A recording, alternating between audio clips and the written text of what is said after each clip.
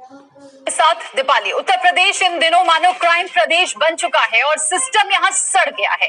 कल तक कानपुर के दुर्दांत अपराधी विकास दुबे कांड में पुलिस की संलिप्तता कटघरे में थी। अब श्रीवास्तव जी जुड़ चुके हैं, प्रवक्ता बीजेपी के हैं, बहुत स्वागत है। हरीश जी जुड़ने के लिए। अशोक सिंह जुड़ चुके हैं, प्रवक्ता कांग्रेस के हैं, बहुत स्वागत है। अशोक सिंह आपका भी हमारे साथ जुड़ने के लिए। कपिल श्रीवास्तव जी जुड़ चुके हैं, प्रवक्ता सपा के हैं, बहुत स्वागत है। कपिल जी आपका भी हमारे साथ जुड़ने के लिए। इसके अलावा धर्मवीर चौधरी प्रवक्ता बीएसपी से हमारे साथ जुड़ चुके हैं, बहुत स्वागत है धर्मवीर आपका भी हमारे साथ जुड़ने के लिए। हरीश जी का रुख करते हैं सबसे पहले। हरीश जी, अब आज क्या दलील आप देंगे, क्योंकि अब तक तो ये कहते आ रहे हैं बीजेपी के सभी नेता कि कार्रवाई होगी, सरकार बहुत सख्त है।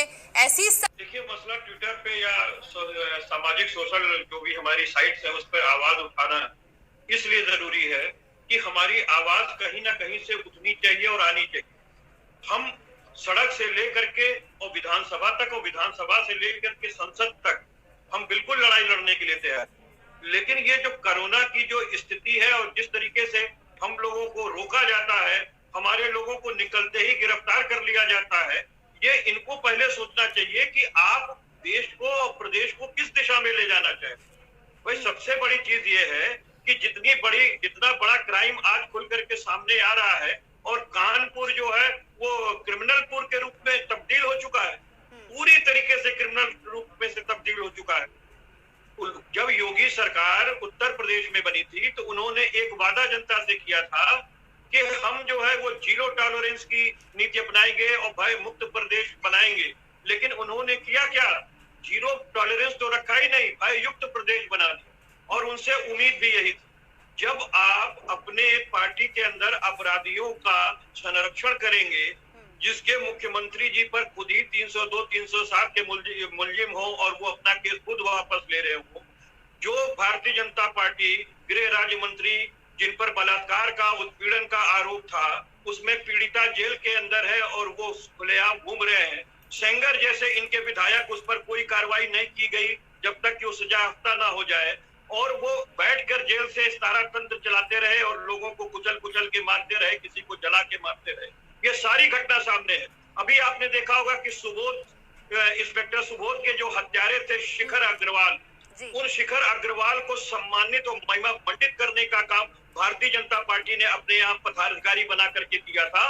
वो तो तमाम चीजें आप लोग ने उठा दी तो इतनी हाथ तौबा मच गई कि उनको पद से हटा लिया। तमिलनाडु के अंदर आप देख लिए किस तरीके का संरक्षण वीरप्पन के पुत्री को ये दे रहे हैं, तो ये तो इनके हाथ मिले हुए हैं। ये कह नहीं सकते हैं कि ये अपराधियों से अलग है। ठीक है, यानी आप कह रहे हैं कि संरक्षण है, इस वजह से ये कहा जा रहा है। धर्मवीर जी, यहाँ पर बात तो यहाँ पर इन अपराधियों को जिसकी वजह से आज बीजेपी भुगत रही है। कपिल जी एक सेकंड, हरीश जी एक सेकंड, कपिल जी अरे एक एक करके बोलिए, एक एक करके। अशोक जी एक सेकंड, अशोक जी एक सेकंड। अशोक जी आपने अपनी बात रख दी, और भी मेहमान है, मुझे उनसे भी जवाब लेना है। कपिल जी, और दीपाली के बाद में और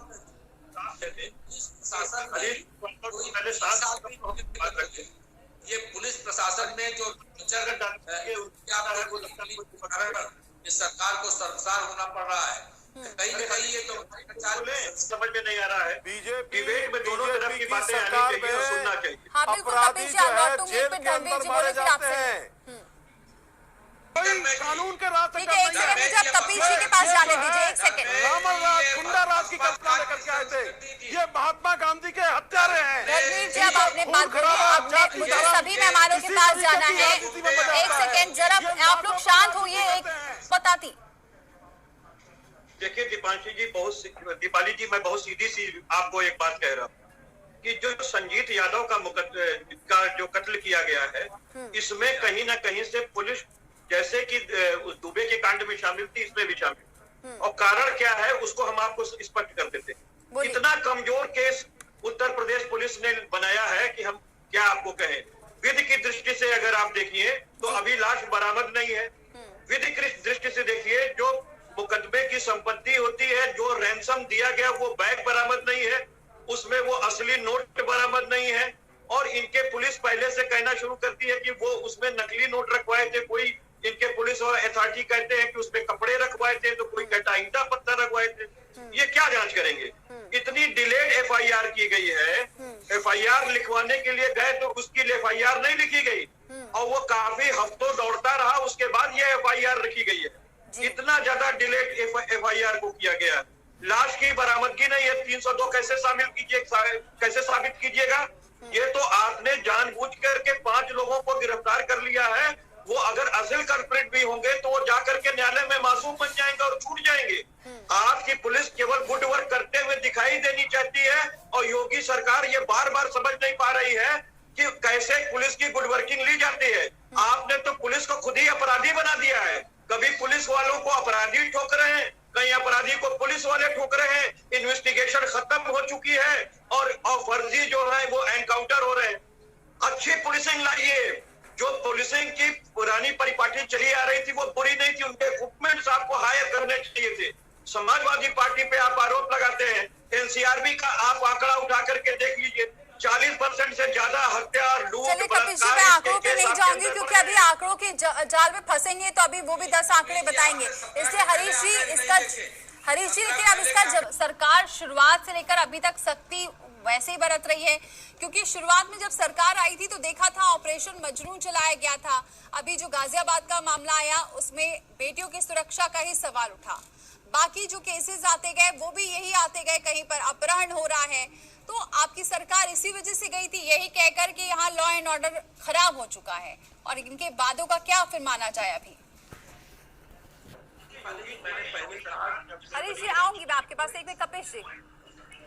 जब से योगी जी की सरकार बनी है पूरी कानून व्यवस्था ध्वस्त, जबकि वो यही आरोप लगा करके हम लोगों की सरकार में लगाते थे और अपना जो है जनता के सामने बताते थे कि हम आएंगे तो कपिल जी ये बताइए, क्या पुलिस प्रशासन नहीं सुन रहा है सरकार की? सरकार, पुलिस और प्रशासन ऐसा नहीं है, सब मिले हुए हैं, एक दूसरे की मिली भगत है, ऐसा नहीं है। जब आप जो है बेसिक पुलिसिंग को बढ़ावा नहीं देंगे, आप पुलिस को खुद ही क्राइम में ढकेल दीजिएगा तो यही सब सारी चीजें सामने आएंगी।